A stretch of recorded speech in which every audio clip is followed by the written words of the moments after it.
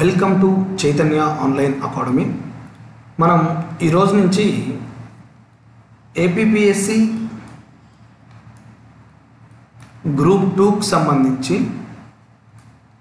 Mains ఏదైతే ఉందో దానిలో సైన్స్ అండ్ టెక్నాలజీకి సంబంధించిన కాన్సెప్ట్స్ చూద్దామండి. సో మొదటగా నేను సెకండ్ యూనిట్ నుంచి స్టార్ట్ చేస్తున్నానండి. సెకండ్ యూనిట్ ఎనర్జీ మేనేజ్మెంట్, శక్తి నిర్వహణ అనే టాపిక్ నుంచి నేను స్టార్ట్ చేయడం జరుగుతుందండి. సో ఫస్ట్ సెకండ్ యూనిట్, తర్వాత third, next fourth, next fifth units complete చేసి ఆ తర్వాత మనం ఫస్ట్ యూనిట్ గురించి డిస్కస్ చేద్దామండి. ఎందుకు మనం ఇక్కడ ఫస్ట్ యూనిట్ని కాకుండా సెకండ్ యూనిట్ని నుంచి మనం స్టార్ట్ చేస్తున్నామంటే మనకి ఫస్ట్ యూనిట్ అనేది చాలా లెంతీగా ఉంటుందండి. ప్లస్ దీనితో పాటుగా మనకి పిఐబి డేటా కానీ కరెంట్ డేటా కానీ మనకి ఇవన్నీ ఎప్పుడు కంటిన్యూస్ అప్డేట్లో ఉంటాయి కాబట్టి సో ఎగ్జామ్ డేట్స్ అనౌన్స్ చేసిన తర్వాత అప్పుడు మనం ఫస్ట్ యూనిట్ గురించి కొంచెం డిస్కస్ చేద్దామండి. ఓకే, సో దాని బేస్ మీదనే మనకి నేను యూనిట్ 2 నుంచి స్టార్ట్ చేయడం జరుగుతుందండి. ఓకే, సో యూనిట్ 2 వచ్చేసి మనకి ఇక్కడ ఎనర్జీ మేనేజ్మెంట్, ఓకే, అంటే శక్తి నిర్వహణ. దీంట్లో ఉన్న టాపిక్స్ ఒకసారి చూద్దామండి. నేను ప్రతి క్లాసు కూడా మీకు సిలబస్కి అనుగుణంగా 1 by 1 ప్రతి టాపిక్ కూడా మనం కంప్లీట్ చేయడం జరుగుతుందండి. ఒకసారి మనం యూనిట్ 2కి సంబంధించి ఉన్న కాన్సెప్ట్స్ చూద్దామండి. ఫస్ట్ వన్ ఏంటంటే ఇక్కడ policy and projections. Okay, so policies and projections. ఇక్కడ ఈ యొక్క పాలసీలకు సంబంధించిన విధానాలు ఏంటి, వీటికి సంబంధించిన అంశాలన్నీ కూడా మనం డిస్కస్ చేయడం జరుగుతుంది. ఎనర్జీకి సంబంధించిన ప్రతి ఒక్క పాలసీ గురించి కూడా మనం ఇక్కడ డిస్కస్ చేయడం జరుగుతుంది. చూడండి, ఇక్కడ ఈ పాలసీల్లోనే మనం మెయిన్గా డిస్కస్ చేయాల్సింది ఏంటంటే ఇక్కడ చూడండి ఒకసారి, installed energy capacities and demand in India. Next national energy policy. Next national policy on biofuels అంటే జీవ ఇంధనాలు. Next Bharat stage. Okay, so మీకు అందరికీ తెలుసండి BS1 and next BS2, BS3 అని ఇలా ఉంటాయండి. అసలు ఏంటి ఈ భారత్ స్టేజ్ అంటే ఏంటి, సో ఎన్ని నామ్స్ మనం ప్రస్తుతం ఉన్నాము, ఇవన్నీ కూడా మనం 1 by 1 డిస్కస్ చేయడం జరుగుతుందండి. ఓకే, నెక్స్ట్ ఇక్కడ కంప్లీట్గా కూడా మనం కాన్సన్ట్రేట్ చేయాల్సిన అంశం ఏంటంటే ఇక్కడ ఈ టాపిక్ అండి, non renewable and renewable energy. Okay, so ఇది ఈ సెకండ్ యూనిట్లోనే ఫస్ట్ మనం దీని మీద మంచి అవగాహన కానీ తెచ్చుకుంటే, అంటే రెన్యూవబుల్ ఎనర్జీ మీద మరియు నాన్ రెన్యూవబుల్ ఎనర్జీ మీద కానీ మనకి మంచి పట్టు ఉంటే ఆ తరువాత మనము వీటికి సంబంధించిన ఈ పాలసీస్ కానీ, వాటికి సంబంధించిన స్కీమ్స్ కానీ, వాటికి సంబంధించిన ప్రోగ్రామ్స్ కానీ ఇవన్నీ కూడా మనకి తర్వాత చాలా ఈజీగా ఉంటాయండి.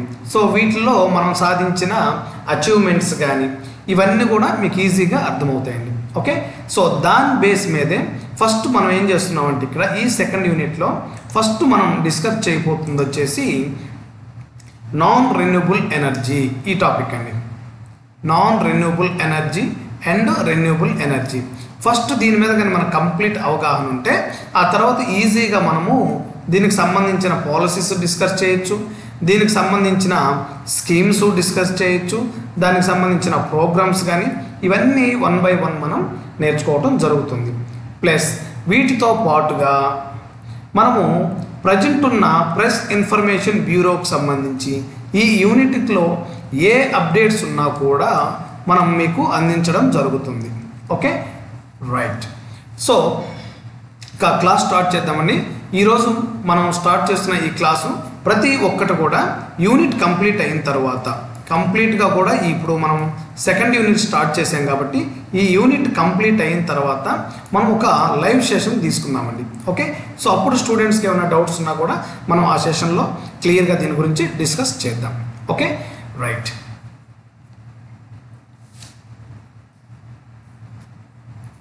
సో ఫస్ట్గా ఇక్కడ మనం డిస్కస్ చేస్తున్న అంశం ఏంటంటే శక్తి వనరులు.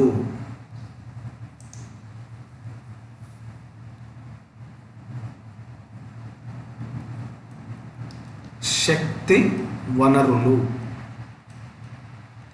మనము ఈ టాపిక్స్ అండి అసలు ఇప్పటి వరకు సైన్స్ అండ్ టెక్నాలజీ టాపిక్ తెలియని వాళ్ళైనా సరే, లేదా ఆల్రెడీ వేరే చోట క్లాసులు విని వాటి మీద నాలెడ్జ్ ఉన్నా సరే, మనం పాయింట్ టు పాయింట్ ఫస్ట్ నుంచి కూడా ఇక్కడ తీసుకోవడం జరుగుతుందండి. సో దీనినే ఈ శక్తి వనరులు అనే దానికి సంబంధించి ఫస్ట్ మనం బేసిక్స్ తెలుసుకొని ఆ తర్వాత దానికి సంబంధించిన అంశాలు మనం తెలుసుకుందామండి. ఓకే, సో ఇక్కడ శక్తి అనే దానికి మన అర్థం ఏంటంటే ఇంధనం అనుకోండి అండి, ఏదైనా ఒక ఇంధనం. ఓకే, సో ఏంటి ఈ ఇంధన వనరులు కానీ దానినే మనం ఇక్కడ సైన్స్ వర్డ్లో మనం శక్తి వనరులు అంటామండి, అంతే, పెద్ద డిఫరెన్స్ అయితే ఏం లేదు. ఇక్కడ ఫస్ట్ మనం ఏంటంటే దాని యొక్క బ్యాక్గ్రౌండ్ని ఒక ఎగ్జాంపుల్తో చూద్దామండి. మనము ఒక ఎగ్జాంపుల్ తీసుకొని చూద్దాము, ఆ తర్వాత మీకు డెఫినేషన్ ఓరియంటెడ్గా మనం చెప్పడం జరుగుతుందండి. ఓకే, సో ఇప్పుడు నాకు ఒక క్లాత్ అనేది నేను తయారు చేయాలండి. ఓకే, నాకు ఒక క్లాత్ నేను తయారు చేయాలనుకుంటున్నాను.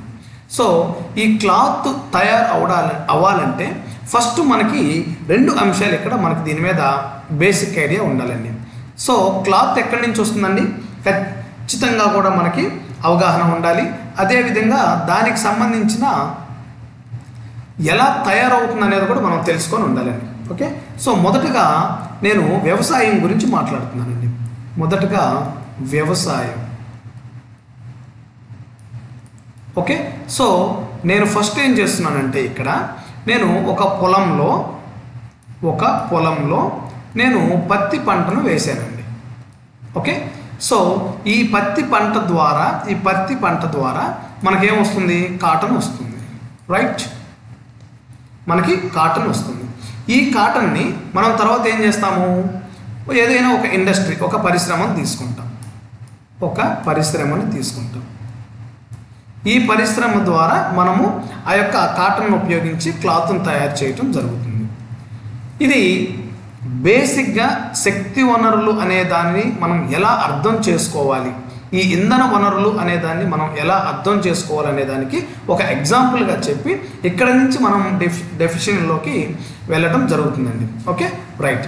ఇప్పుడు ఒక్కసారి ఇక్కడ గమనించండి అమ్మా, నేను ఫస్ట్ వ్యవసాయం గురించి మాట్లాడుతున్నానమ్మా. ఇక్కడ ఏదైతే నా యొక్క పొలం ఉందో ఈ పొలంలో నేను ఏం వేశాను, పత్తి పంటను వేయటం జరిగింది. రైట్, సో ఈ పొలంని నేను దున్నాలి అంటే ఏంటంటే దాన్ని మొత్తము, ఇప్పుడు ఇది పొలం అనుకోండి అండి. సో పంట వేసేటప్పుడు మనం ట్రాక్టర్లతోటి కంప్లీట్గా కూడా ఆ మట్టినంతా కూడా ఇలా చేస్తామండి, ఒక ఆర్డర్లో చేస్తూ ఉంటాం త్రూ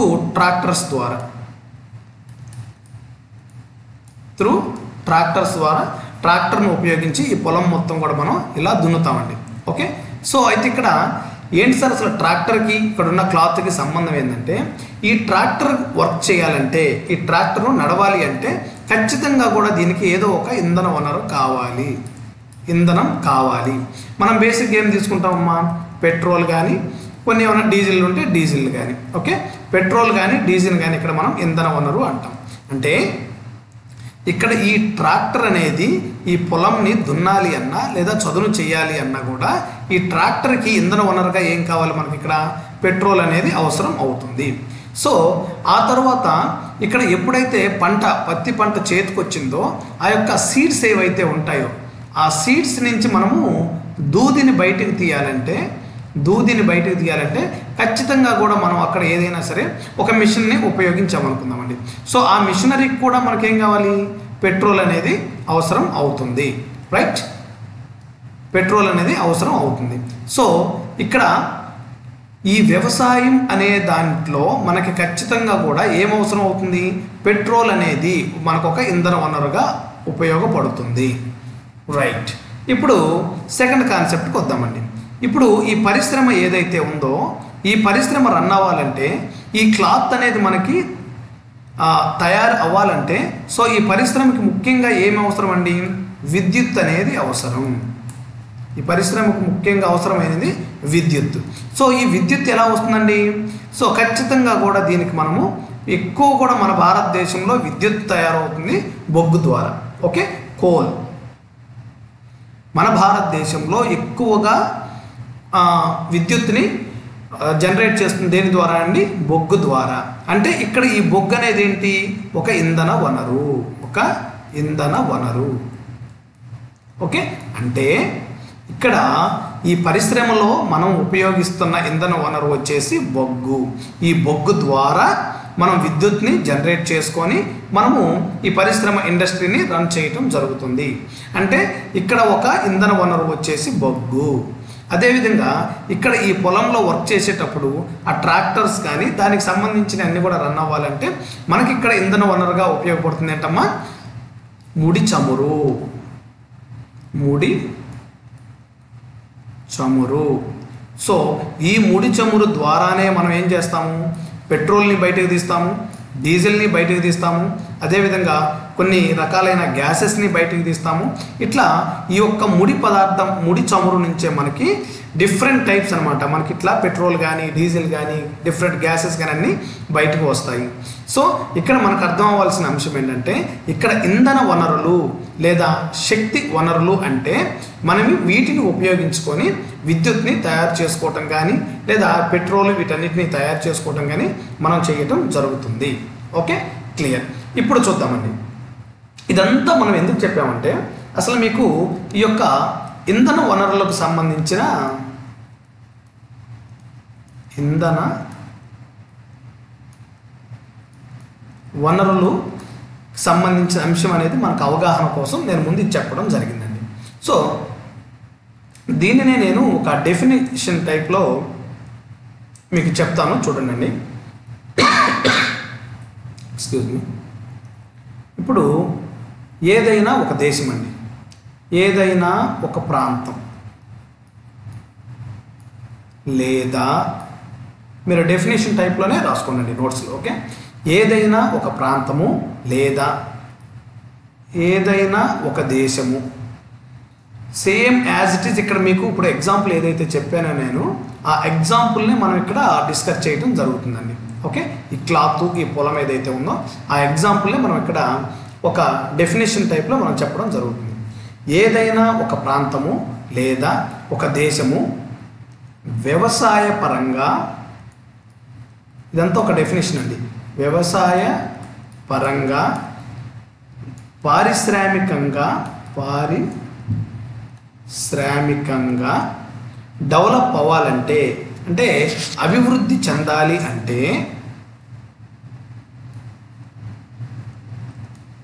అభివృద్ధి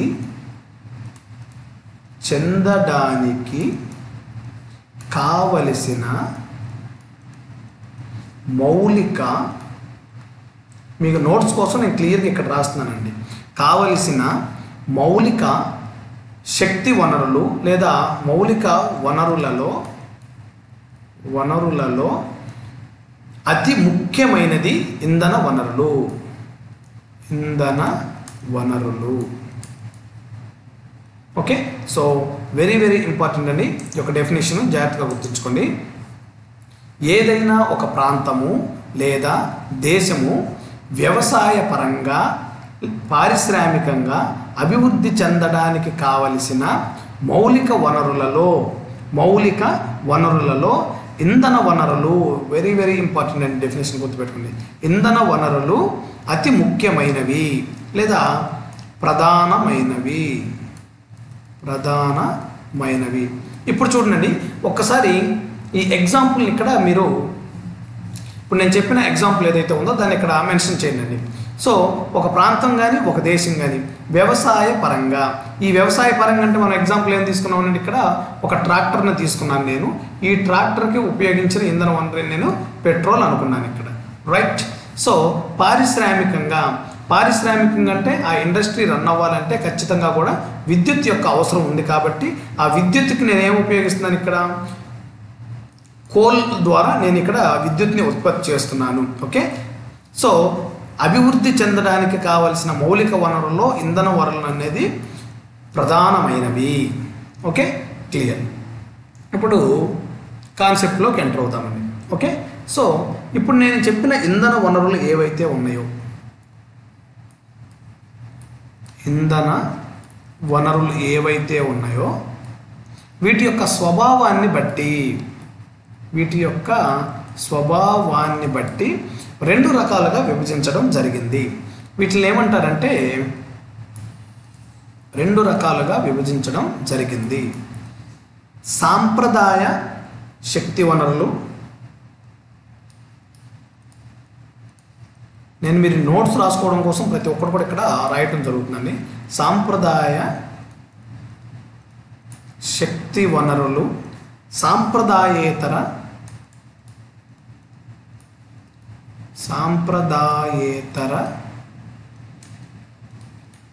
శక్తి వనరులు.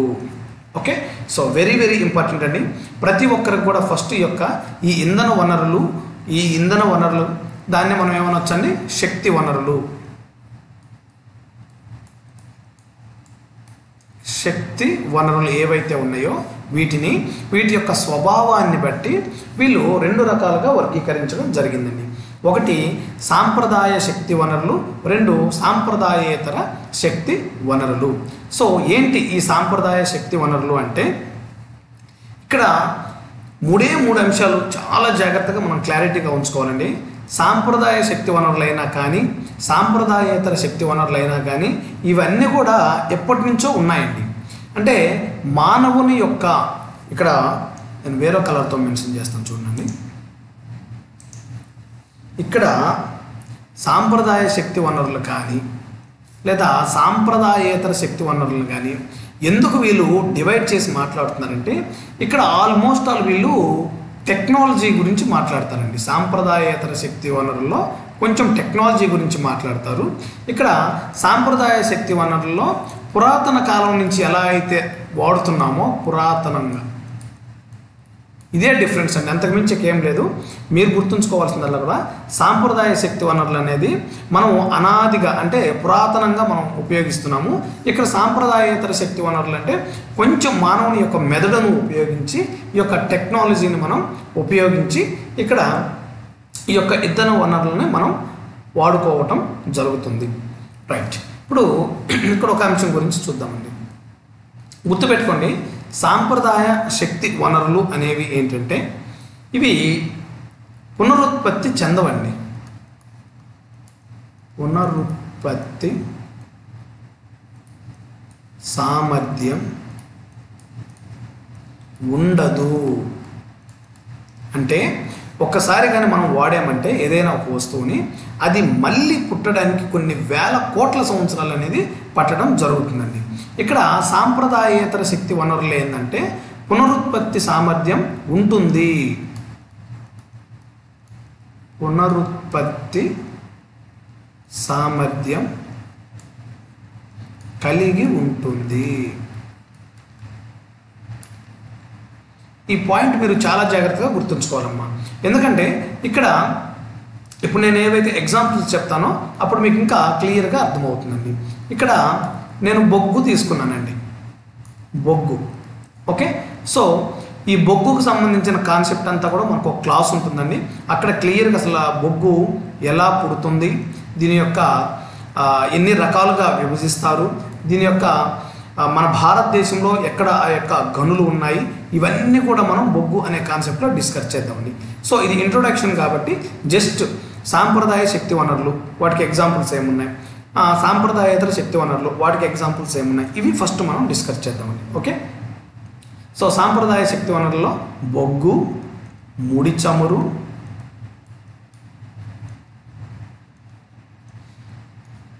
అణుశక్తి,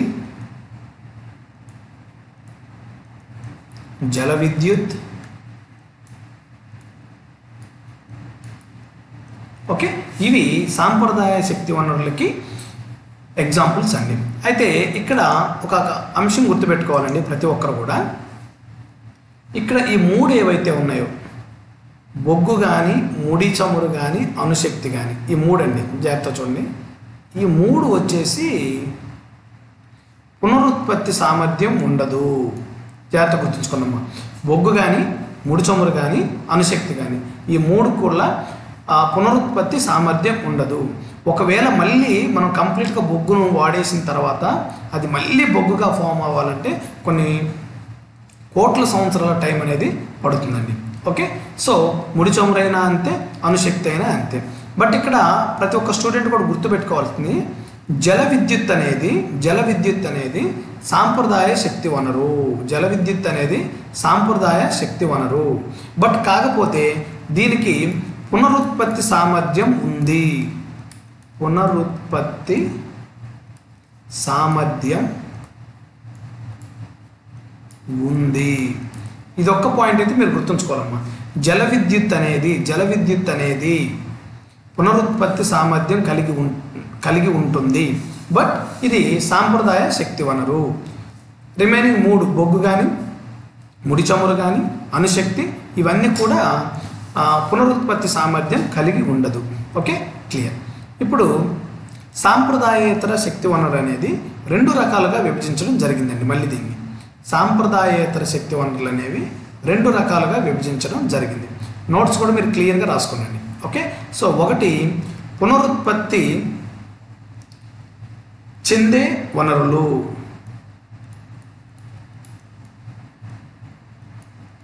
పునరుత్పత్తి లేదా పునరుత్పాదక శక్తి వనరులు. ఓకే, పునరుత్పాదక లేదా పునరుత్పత్తి శక్తి వనరులు ఒక కాన్సెప్ట్ ఉందండి దీంట్లో. రెండవది వచ్చేసి నవీన శక్తి వనరులు. ఓకే, సో ఫస్ట్ మనం పునరుత్పత్తి శక్తి వనరుల గురించి డిస్కస్ చేసి తర్వాత మనం నవీన శక్తి వనరుల్లోకి ఎంటర్ అవుతామండి. ఓకే, పునరుత్పాదక శక్తి వనరులు.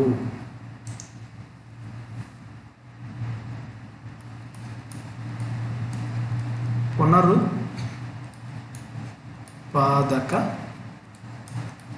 శక్తి వనరులు. ఓకే, సో ఇక్కడ పునరుత్పాదక శక్తి వనరులకు వచ్చేసి ఎగ్జాంపుల్స్ అండి. మనము సౌరశక్తి,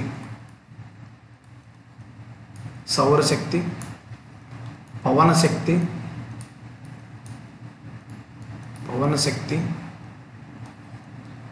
చిన్న తరహా జల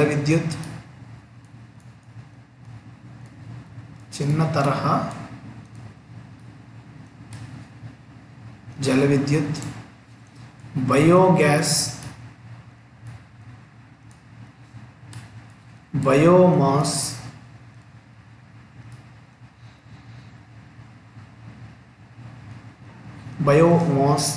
అదేవిధంగా జీవశక్తి, ఇంకా చాలా ఉన్నాయండి. మనం ప్రతి ఒక్కదాని అంశం గురించి కూడా ఒక్కొక్క టాపిక్ అంటే మనం సౌరశక్తి గురించి డిస్కస్ చేసేటప్పుడు ఇట్లా అన్ని పునరుత్పాదక శక్తి వనరుల గురించి కూడా మనం డిస్కస్ చేయటం జరుగుతుంది. సో ఎందుకు మనం ఇక్కడ పునరుత్పాదక శక్తి వనరులు అంటున్నామంటే, సపోజ్ ఇప్పుడు సౌరశక్తి ఉందండి. సో సూర్యుడి నుంచి వచ్చే ఉష్ణం ఏదైతే ఉందో ఇది కొన్ని సంవత్సరాలు వాడితే తరిగిపోవటమో లేకపోతే ఇప్పుడే అయిపోవటం అంటూ ఉండదు. కాబట్టి అది రెగ్యులర్ కంటిన్యూస్గా సౌరశక్తి అనేది మనకి రీచ్ అవుతుంది. కాబట్టి సో ఇది నువ్వు ఎంత ఎనర్జీగా ఫామ్ చేసుకున్నా, ఓకే, సో ఎంత విద్యుత్తుని నువ్వు డెవలప్ చేసుకున్నా అది కంటిన్యూగా మళ్ళీ రిపీట్ అవుతుంది. కాబట్టి అందుకే వాటిని మనము పునరుత్పాదక శక్తి వనరులు అంటాం. ఓకే, సో ఈ పునరుత్పాదక శక్తి వనరులో పవన శక్తి గురించి డిస్కస్ చేద్దాం, చిన్న తరహా జల విద్యుత్, బయోగ్యాసు, బయోమాసు, జీవశక్తి గురించి కూడా మనం డిస్కస్ చేద్దామండి. ఓకే, సో ఇప్పుడు నవీన శక్తి వనరులను చూద్దామండి. ఇప్పుడు నవీన శక్తి వనరులు, ఇక్కడ నవీన శక్తి వనరులు అంటే ఇక్కడ మనం ఎక్కువ కూడా టెక్నాలజీ అంటే కొత్త తరం అనమాట. కంప్లీట్గా కూడా మనం టెక్నాలజీని ఉపయోగించి మనము ఇక్కడ టెక్నాలజీని ఉపయోగించి శక్తి వనరుల ద్వారా మనకు అవసరమైన విద్యుత్ని ఉపయోగించుకోవటం జరుగుతుందండి. ఓకే, సో ఇక్కడ కొన్ని ఎగ్జాంపుల్స్ కానీ మనం తీసుకుంటే నవీన శక్తి వనరులకు సంబంధించి మనకి ఓషన్ ఎనర్జీ, ఓషన్ ఎనర్జీ, తర్వాత ఓషన్ ఎనర్జీ, జియోథర్మల్ శక్తి, హైడ్రోజన్ శక్తి, హైడ్రోజన్ శక్తి, అదేవిధంగా మనకి battery operated vehicles, battery operated vehicles, shale gas, shale gas, అదేవిధంగా మనకి గ్యాస్ హైడ్రేట్స్, ఇంకా చాలా ఉన్నాయండి. మనకి టైడల్ శక్తి, ఇంకా చాలా అంశాలు ఉన్నాయండి. మనము ఒక్కొక్క దాని గురించి డిస్కస్ చేసేటప్పుడు క్లియర్గా రిమైనింగ్ అనే అంశాల గురించి కూడా మనం డిస్కస్ చేయటం జరుగుతుంది. ఓకే, సో ఇప్పటి వరకు మనకి ఏం అర్థమైందండి, ఒక్కసారి రిపీట్ చేస్తాను చూడండి. ఇప్పటి వరకు మనకు అర్థమైన అంశం ఏంటి? ఇంధన వనరులు లేదా శక్తి వనరులు ఏదైనా ఒక దేశం కానీ లేదా ఒక ప్రాంతం కానీ ఆ దేశంలో వ్యవసాయ పరంగా కానీ అదేవిధంగా పారిశ్రామిక పరంగా కానీ అభివృద్ధి చెందడానికి అవసరమైన వనరులు అతి ముఖ్యమైనవి ఇంధన వనరులు. క్లియర్? నెక్స్ట్, శక్తి వనరులు లేదా ఇంధన వనరుల్ని మనము రెండు రకాలుగా విభజించడం జరిగింది ఇక్కడ. ఒకటి సాంప్రదాయ శక్తి వనరులు, రెండు సాంప్రదాయేతర శక్తి వనరులు. సో సాంప్రదాయ శక్తి వనరులకి పునరుత్పత్తి సామర్థ్యము ఉండదు. ఇక్కడ సాంప్రదాయేతర శక్తి వనరులకి పునరుత్పత్తి కలిగి ఉంటుంది. ఓకే, సో ఈ సాంప్రదాయేతర శక్తి వనరులు మళ్ళీ వీళ్ళు రెండు రకాలుగా విభజించడం జరిగింది. ఒకటి పునరుత్పాదక శక్తి వనరులు, రెండు నవీన శక్తి వనరులు. Okay, right. ఇప్పుడు ఈ రెండిటికి మధ్య గల భేదాలు ఏంటనేది ఒకసారి చూద్దామండి. రెండిటికి మధ్య గల భేదాలు చూద్దాం. ఓకే, సాంప్రదాయ ఇంధన వనరులు,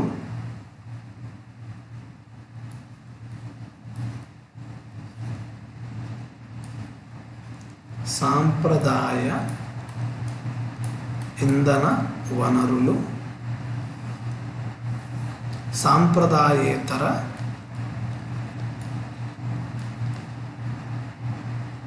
ఇంధన వనరులు. వీటి మధ్య ఉన్న డిఫరెన్స్ ఒకసారి చూద్దామండి. ఓకే, సో మ్యాక్సిమం ఒకవేళ బిట్టిగాని ఫామ్ అయితే ఈ యొక్క సాంప్రదాయ ఇంధన వనరులు కానీ లేదా సాంప్రదాయేతర ఇంధన వనరులకు సంబంధించిన ఆ డిఫరెన్స్ మీద బిట్ వచ్చే అవకాశం ఉంటుందండి. ఒకసారి జాగ్రత్తగా చూద్దాం ఇక్కడ. ఓకే,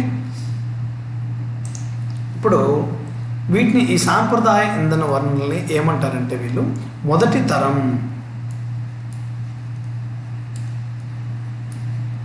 తరం శక్తి వనరులు అంటారండి వీటిని. ఓకే, మొదటి తరం శక్తి వనరులు అంటారు. ఇది సాంప్రదాయ ఇంధన వనరులు. ఇక్కడ సాంప్రదాయేతర ఇంధన వనరుల్ని రెండవ తరం శక్తి వనరులు అని పిలుస్తారండి. రెండవ తరం శక్తి వనరులు అని పిలవడం జరుగుతుందండి. ఓకే, సో ఇది ఒక డిఫరెన్స్ అండి. నెక్స్ట్, మనం ఇందాక ఏం చెప్పాము? సాంప్రదాయ ఇంధన వనరులు అంటే పునరుత్పాదక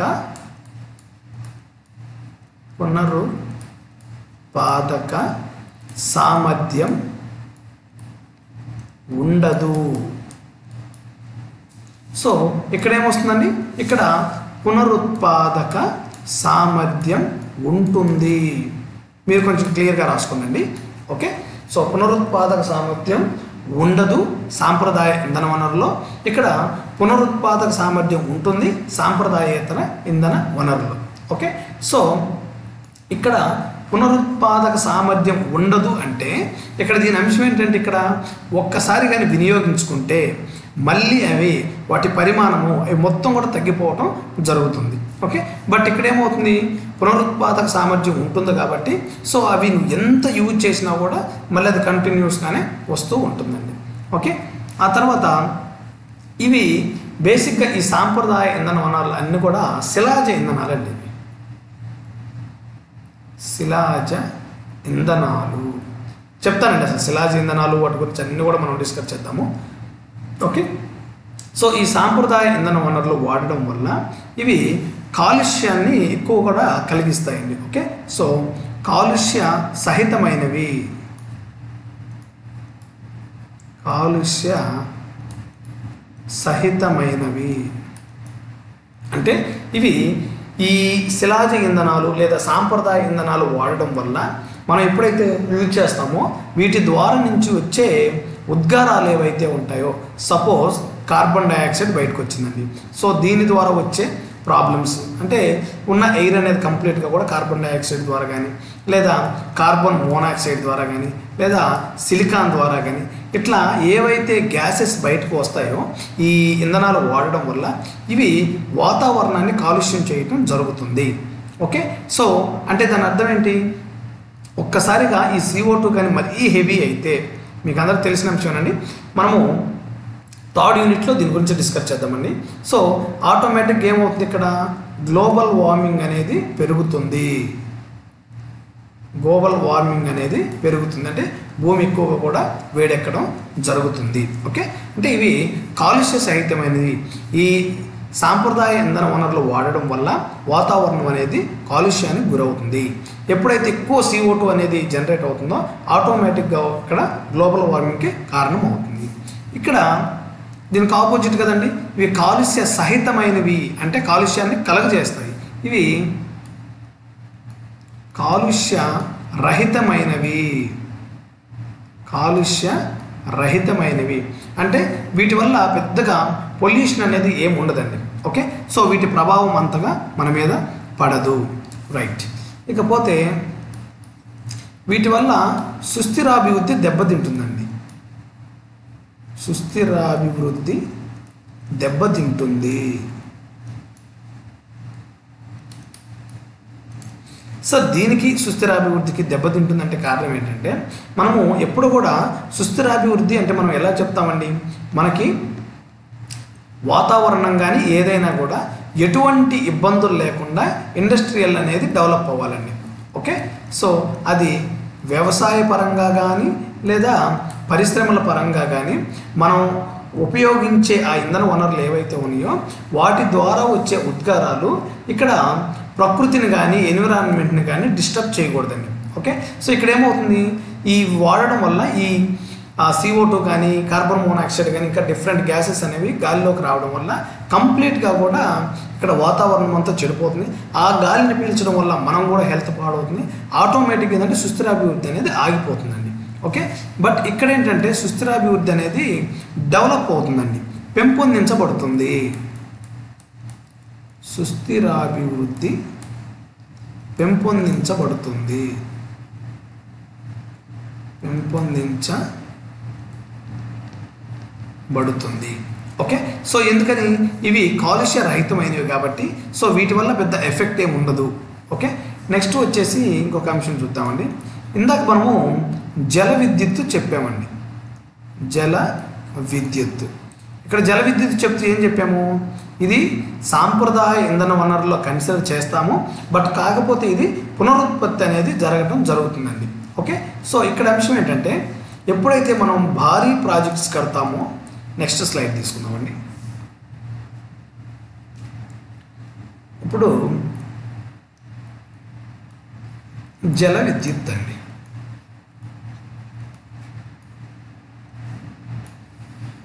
ఇక్కడేం చెప్పాము, చిన్న తరహా జల విద్యుత్,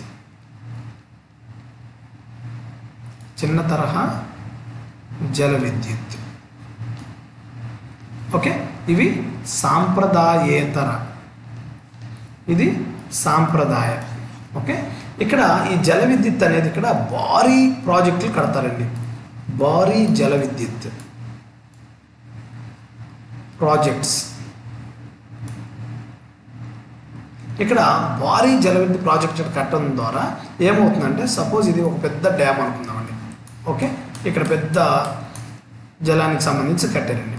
సో ఆటోమేటిక్గా ఈ పరిసర ప్రాంతాలన్నీ కూడా ఏమవుతుందండి, ఇక్కడ మొత్తం కూడా వాటర్తో నిండిపోయింది. ఓకే, సో ఎప్పుడైతే ఇక్కడ వాటర్తో నిండిపోయిందో ఆటోమేటిక్గా ఏమవుతుంది, ఇక్కడ నివసించే ప్రజలు ఎవరైతే ఉంటారో, ఇక్కడ సపోజు ఇక్కడ ఒక గ్రామం ఉంది, ఇక్కడ ఒక గ్రామం, ఇక్కడ ఒక గ్రామం, ఇక్కడ ఒక గ్రామం, ఇట్లా ఉన్నారండి. ఓకే, ఇవన్నీ కూడా రిమైనింగ్ అన్నీ కూడా చెట్లు అండి. ఇవన్నీ కూడా చెట్లు ఉన్నాయి, మొత్తం ఫారెస్ట్ ఏరియా ఉంది. ఓకే, సో ఈ భారీ జల విద్యుత్ ప్రాజెక్ట్ని ఇక్కడ చేపట్టడం ద్వారా ఇక్కడేమో ఫస్ట్ ఇక్కడున్న చెట్లు కానీ ఇవన్నీ కూడా తీసివేయటం జరుగుతుంది. అదేవిధంగా ఇక్కడ నివసించే ప్రజలు ఎవరైతే ఉన్నారో వారిని పునరావాస ప్రాంతాలకు వేరే వాటికి తరలించడం జరుగుతుంది. అంటే ఇక్కడ ఒక రకంగా పొల్యూషన్ ఎటువంటి వాతావరణ కాలుష్యం ఏమి లేకపోయినా కూడా బట్ ఇక్కడ జనాలకు సంబంధించిన అంశం కానీ లేదా పర్యావరణానికి సంబంధించిన అంశం కానీ మనకి ఇక్కడ డిస్టర్బ్ అవ్వడం జరుగుతుందండి. ఓకే, సో ఏది ఈ సాంప్రదాయ ఇంధన వనరుల జల విద్యుత్ అండి. ఓకే, సో ఇక్కడ కాలుష్యానికి కారణం కాకపోయినా కూడా ఇక్కడ పర్యావరణం అనేది దెబ్బతినటం జరుగుతుంది. ఇది మీకు అర్థం అవ్వాలండి. ఇక్కడ పర్యావరణం అనేది దెబ్బతింటుంది. ఇక చిన్న తరహా జల విద్యుత్ ప్రాజెక్ట్స్కి వచ్చేసరికి ఇక్కడ మనకి ఇవి మైక్రో జల విద్యుత్స్ ఉంటాయండి, అదేవిధంగా స్మాల్ ఉంటాయి, అదేవిధంగా మినీ ఉంటాయండి. ఓకే, సో వీటి గురించి కూడా మనం 1 by 1 డిస్కస్ చేద్దామండి. బట్ ఇక్కడ అంశం ఏంటంటే ఇవి చిన్న ప్రాజెక్ట్స్ అవ్వడం వల్ల ఏమవుతుందంటే ఇప్పుడు సపోజ్ ఇది ఒక చిన్న డ్యామ్ అండి. ఓకే, సో ఈ ప్రాంతంలో స్పేస్ కూడా తక్కువ ఇది తీసుకుంటుంది కాబట్టి ఇక్కడ నుంచి వచ్చి ఈ వాటర్ ఏదైతే ఉంటుందో ఈ వాటర్ అంతా కూడా మనకి గ్రామాలకు తరలించి అక్కడ వ్యవసాయం డెవలప్ కానీ లేదా ఇంకా ఏవైనా సరే ఎన్విరాన్మెంట్కి సంబంధించిన అంశాలకు వాటర్ కానీ ఇవన్నీ కూడా వాడడం వల్ల ఇక్కడ ఈ చిన్న తరహా జల విద్యుత్ ప్రాజెక్ట్స్ వల్ల ఎటువంటి డిస్టర్బెన్స్ లేకపోవడం వల్ల ఇది మనకు ఉపయోగకరంగా ఉంటుందండి. అంటే ఇక్కడ పర్యావరణం దెబ్బతినదు. ఈ పాయింట్ ఒక్కటి గుర్తుపెట్టుకుంటే చాలండి, పర్యావరణం దెబ్బ తినదు. ఓకే, సో భారీ జల విద్యుత్తుల వల్లేమో పర్యావరణం దెబ్బతింటుంది, చిన్న తరహా జల విద్యుత్ ద్వారా ఈ పర్యావరణం అనేది దెబ్బ తినదు. దీని మీద కొంచెం అవగాహన ఉంటే మనకి ఈ టాపిక్ మీద ఏ బిట్ వచ్చినా కూడా మీరు చేయడానికి అవకాశం ఉంటుందండి. ఓకే, సో ఇక్కడ వరకు ఇంట్రొడక్షన్ టాపిక్ అండి. ఇప్పుడు నెక్స్ట్ మనం ఏం చేద్దామంటే అప్డేట్కి సంబంధించిన అంశాలు ఏమన్నా చూద్దామండి. అసలు విద్యుత్ సామర్థ్యం గురించి మనం ఇప్పుడు మాట్లాడదామండి. విద్యుత్ సామర్థ్యం. సో మీరు బెటర్ ఏంటంటే చెప్పిన దాన్ని ఒక క్లాస్ లెక్కన మీరు 1 by 1 రాసుకుంటూ ఉంటే మీకు ఖచ్చితంగా కూడా ఇది ఎగ్జామ్లో మీకు 100% ఉపయోగం అయితే ఉంటుందండి. ఓకే, సో ఈ విద్యుత్ సామర్థ్యం అనేది మనం ఒక 2 అంశాలుగా చూద్దామండి. 1947 ప్రజెంట్ 2024 అండి. ఓకే, సో 1947ని ఎందుకు మనం ఇక్కడ కట్ ఆఫ్గా తీసుకోవడం జరుగుతుందంటే అప్పటి వరకు కూడా మనకి స్వతంత్రం లేదు కాబట్టి స్వతంత్రం వచ్చే నాటికి మన భారతదేశంలో విద్యుత్ సామర్థ్యం ఎంతంటే విద్యుత్ సామర్థ్యం కేవలం 1400 మెగావాట్స్ అండి. కేవలం కూడా 1400 మెగావాట్స్. ఇది మీకు అంత అవసరం లేదు, బట్ ఆ టైంలో ఇది ఒకటి ఉంది అని చెప్తే అక్కడి నుంచి మనము ఎంత డెవలప్ అయ్యాయి అనేది మనకి తెలుస్తుందండి. సో ప్రజెంట్ ఏంటంటే 2024 మన కాడ ఉన్న అప్డేట్ ప్రకారం ఏప్రిల్ 1 నాటికి 2024 ఏప్రిల్ 1 నాటికి మన దేశంలోని విద్యుత్ సామర్థ్యం వచ్చేసి ఇది మీరు ఖచ్చితంగా కూడా బైహార్ట్ చేయవలసిందేనండి. 4,29,961 మెగావాట్స్. వెరీ వెరీ ఇంపార్టెంట్ అండి, గుర్తుపెట్టుకోండి. విద్యుత్ సామర్థ్యం వచ్చేసి 4,29,961 మెగావాట్స్. ఎప్పటికండి ఇది 2024 ఏప్రిల్ 1 నాటికండి. క్లియర్? సో ఇప్పుడు మనము ఈ యొక్క కరెంట్ అప్డేట్కి సంబంధించిన అంశం గురించి మనం డిస్కస్ చేద్దామండి. ఓకే, సో ఈ 4,29,961 మెగావాట్స్ అనేవి దేనికి సంబంధించిందంటే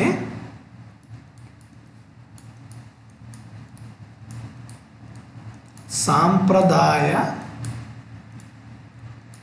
శక్తి వనరులకు సంబంధించి ఏం చెప్పామండి? సాంప్రదాయ శక్తి వనరులకి కోల్ చెప్పాము, బొగ్గు, ముడి చమురు, నేను జస్ట్ సింగిల్ వర్డ్స్ రాస్తున్నానండి, ముడి చమురు, అణుశక్తి, అదేవిధంగా జల విద్యుత్ అని చెప్పాం. అదేవిధంగా సాంప్రదాయేతర శక్తి వనరులు ఆల్రెడీ మనం డిస్కస్ చేసామని. ఒకటి పునరుత్పాదక చెందేవి, తర్వాత నవీన సంబంధించిన శక్తి వనరుల గురించి కూడా మనం డిస్కస్ చేయడం జరిగింది. తర్వాత న్యూక్లియర్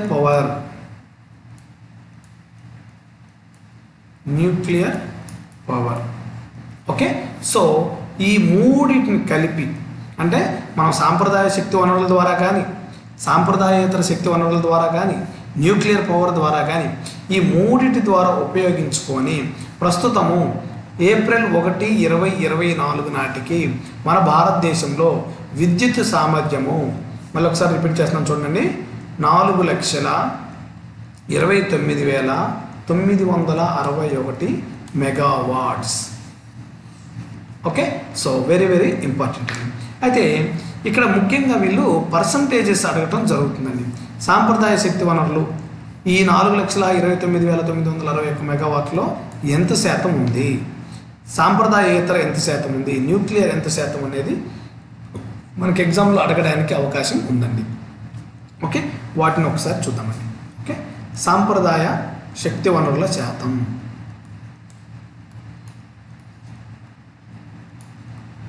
సాంప్రదాయ శక్తి వనరులు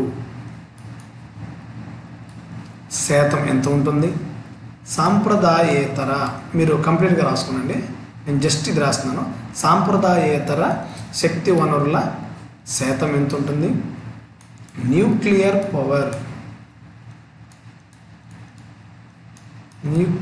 పవర్ శాతం. ఓకే. సో ప్రతి ఒక్క స్టూడెంట్ కూడా ఇప్పుడు నేను చెప్పే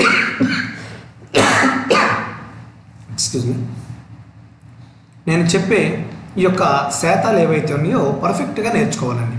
సో సాంప్రదాయ శక్తి వనరులు వచ్చేసి మన దేశంలో డేట్ గుర్తుంది కదండి, మళ్ళీ ఒకసారి రాస్తున్నానండి. 1 ఏప్రిల్ 2024 ఎనర్జీ స్టాటిస్టిక్స్ నుంచి మనం ఇది తీసుకోవడం జరిగిందండి. ఓకే, ఒకవేళ ఎగ్జామ్ టయానికి అయినా కొత్తగా కానీ వస్తే మళ్ళీ మనం చేంజ్ చేసుకోవడం జరుగుతుంది. వాటిని కూడా నేను అప్డేట్ మీకు ఇస్తానండి. ఓకే. సో సాంప్రదాయ ఇంధన వనరుల్లోకి వచ్చేసి మనకి 55.9% అండి. 55.9%. సాంప్రదాయేతర శక్తి వనరులు వచ్చేసి 42.3%. న్యూక్లియర్ పవర్ వచ్చేసి 1.7%. ఓకే, ఈ శాతాలు మాత్రం పక్కా మీరు గుర్తుంచుకోవాలండి. ఓకే, సో ఇవి వీటికి సంబంధించిన అంశాలండి. అయితే ఇక్కడ మనం ఒక్కొక్క దాని గురించి డిస్కస్ చేయాలండి. ఈ శక్తి వనరులు ఏవైతే ఉన్నాయో దీంట్లో మనం డివైడ్ చేసుకోవాలండి. మళ్ళీ ఇప్పుడు సాంప్రదాయ శక్తి వనరులు అని చెప్తున్నామండి. సాంప్రదాయ శక్తి వనరులు. సో దీంట్లో మొత్తం ఎంత అని చెప్తాం మనం ఇక్కడ? 55.9%. అయితే దీంట్లో మనం అసలు ఎగ్జాక్ట్గా ఈ 55.9లో ఏవేవి ఉన్నాయంటే మనకి ముఖ్యంగా మనం డిస్కస్ చేయాల్సింది ఏంటంటే బొగ్గు అండి. ఓకే, ఈ బొగ్గు శాతం ఎంత ఉందంటే దాదాపుగా 48.4% ఈ బొగ్గే మనకి విద్యుత్ను ఉత్పత్తి చేయడం జరుగుతుందండి. ఒకసారి చూడండి, సాంప్రదాయ శక్తి వనరులో ఉన్నదే 55.9% అయితే దాంట్లో 48.4% బొగ్గు. ఓకే, నెక్స్ట్ గ్యాస్ అండి. గ్యాస్ వచ్చేసి మనకి 5.8%. నెక్స్ట్ లిగ్నైట్ వచ్చేసి మనకి 1.5%. నెక్స్ట్ డీజిల్ వచ్చేసి మనకి 0.1% అండి. ఓకే, సో ఇవి 4 కూడా మనము బైహార్ట్ చేయాల్సిందేనండి. ఎగ్జామ్లో ఏ టాపిక్ మీద ఎక్కడ అడుగుతాడో తెలియదు కాబట్టి.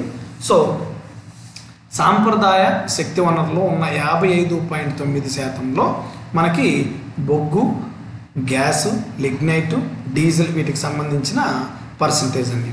అయితే మీరు నోట్స్లో ఏం రాసుకుంటారంటే ఇక్కడ ఇంకొక అంశం కూడా మనం రాయాలండి. ఇక్కడ ఈ సాంప్రదాయ శక్తి వనరులో ఏ రాష్ట్రం నుంచి ఎక్కువ విద్యుత్తు ఉత్పత్తి అవుతుంది? ఇది నేను మీకు మళ్ళీ 1 by 1 అప్డేట్ వచ్చినప్పుడు చెప్తానండి. ఎందుకంటే ఇక్కడ మనము చాలా రాష్ట్రాల గురించి మనం తెలుసుకోవాల్సి ఉంటుందండి ఇక్కడ. ఓకే, సో ఇప్పుడు నేను ఏదో ఒకటి చెప్పి మళ్ళీ ఆ టైంకి వేరే ఒకటి కొత్త రిపోర్ట్ వచ్చి మళ్ళీ అవన్నీ రాసుకొని మీరు కన్ఫ్యూజ్ అవ్వద్దండి.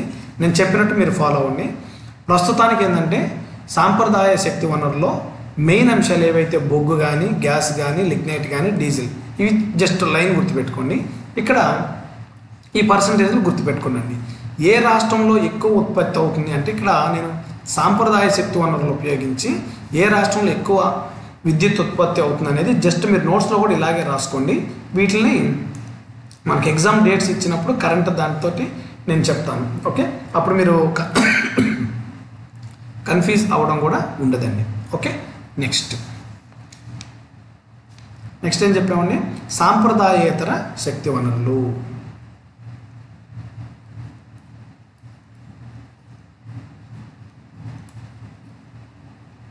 సాంప్రదాయేతర శక్తి వనరులు. సో ఎంత పర్సెంటేజ్ చెప్పామండి మనం? సాంప్రదాయేతర శక్తి వనరులు 42.3%. 42.3% అనేది ఇక్కడ తీసుకోవడం జరిగింది. ఇవి కూడా మనకి చాలా వస్తాయండి, చాలా వస్తాయి.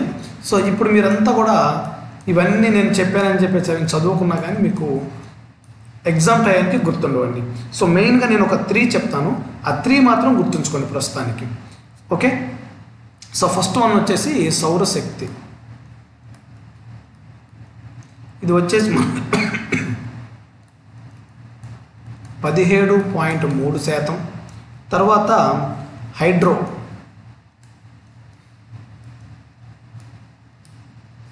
జల విద్యుత్ అండి. ఓకే, సో ఇది వచ్చేసి 10.9%. దీని తర్వాత పవన శక్తి, ఇది 10.5%. సో ఇంకా మనకి ఇక్కడ బయోమాస్ వస్తుంది, వేస్ట్ టు ఎనర్జీ వస్తుంది, అదేవిధంగా న్యూక్లియర్ ఎనర్జీ వస్తుంది, తర్వాత స్మాల్ హైడ్రో పవర్స్ వస్తాయి, ఇవన్నీ కూడా వస్తాయండి. ఇది కంప్లీట్గా కూడా స్టాటిస్టిక్స్ కాబట్టి సో ప్రస్తుతానికి ఇవి 3 మాత్రం మీరు గుర్తుంచుకోండి. ఓకే, సో మనము ఎగ్జామ్ ముందు ఇక్కడ ఈ కంప్లీట్గా కూడా వీటి అంశాలు కూడా మనం ఇవ్వటం జరుగుతుంది. సేమ్ ఇక్కడ కూడా మీరు నోట్స్లో ఏం రాస్తారంటే ఈ సాంప్రదాయేతర శక్తి వనరులు ఏవైతే ఉన్నాయో వీటిల్లో ఎక్కువ విద్యుత్తు ఉత్పత్తి చేసే రాష్ట్రాలు,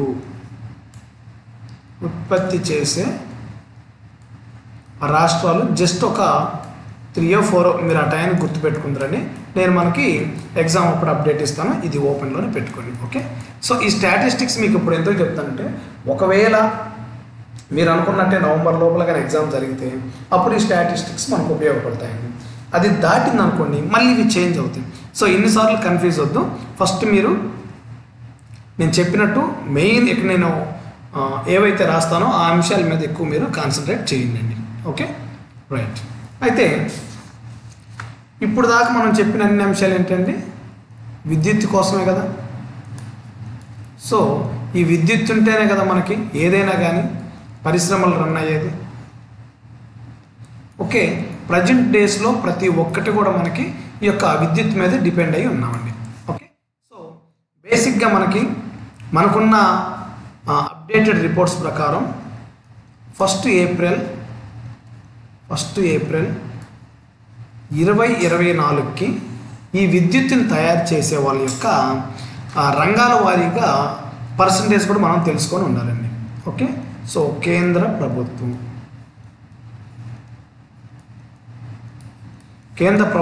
వాటా ఎంత, రాష్ట్ర ప్రభుత్వం వాటా ఎంత, అదేవిధంగా ప్రైవేటు వారి వాటా ఎంత. ఓకే, ఇది మాత్రం మనం పర్ఫెక్ట్గా గుర్తుపెట్టుకోవాలండి. గుర్తుంచుకోండి, రాష్ట్రాల కంటే కేంద్ర ప్రభుత్వం యొక్క వాటా తక్కువగా ఉందండి మన ప్రజెంట్ అప్డేట్ ప్రకారం. సో 23.8% కేంద్ర ప్రభుత్వం, 24.7% రాష్ట్ర ప్రభుత్వం, 51.5% ప్రైవేటు వారి యొక్క భాగస్వామ్యం అనేది ఉందండి. ఓకే, సో ఇక్కడ ఇవి జస్ట్ రాసి పెట్టుకోండి మీరు నోట్స్లో. జస్ట్ ఇవేంటి, కేంద్ర ప్రభుత్వం కానీ, రాష్ట్ర ప్రభుత్వం కానీ, ప్రైవేట్ కానీ, ఈ యొక్క అంశాలను మీరు నోట్స్లో రాసి పెట్టుకోండి. సో ఎగ్జామ్ ముందు బట్టి మనం వీటిని నేర్చుకోవటం జరుగుతుందండి. ఎందుకంటే ఇవన్నీ కూడా స్టాటిస్టిక్స్ కాబట్టి చేంజ్ అవుతూ ఉంటాయి, బట్ రిమైనింగ్ అనేవి చేంజ్ అవ్వటం జరగదండి. ఓకే, సో ఇప్పుడు ఈరోజుతో ఈ క్లాస్ నేను క్లోజ్ చేస్తున్నానండి. జస్ట్ ఇది బేసిక్ అండి. ఓకే, సో రేపటి నుంచి మనము కాన్సెప్ట్ ఫస్ట్ కంప్లీట్ చేద్దాం.